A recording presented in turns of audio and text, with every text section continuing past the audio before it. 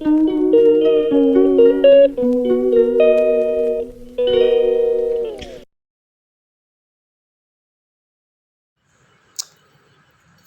day of June, mga Omega, nag-ready po ako dahil pupunta po ako ngayon sa Quezon City.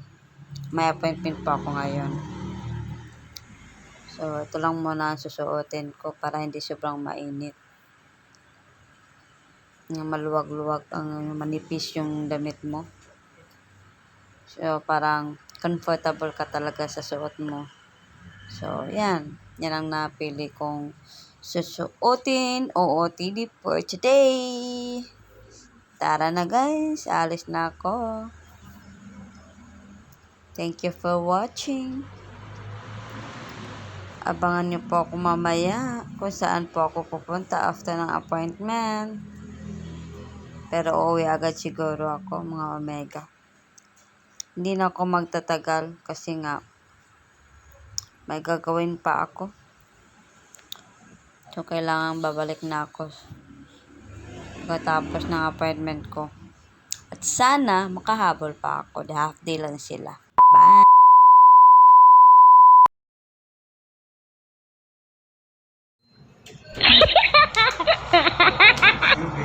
Thank you po. Ito po yung pamasahe. Ay, salamat po. Salamat sa pagkakas. Picture muna ako bago ako aalis sa SM.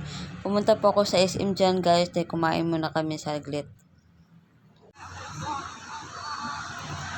Dumaan muna kami sa EBCBN mga Omega dahil nga malapit lang yung opisina dyan kung saan palagi akong pumunta.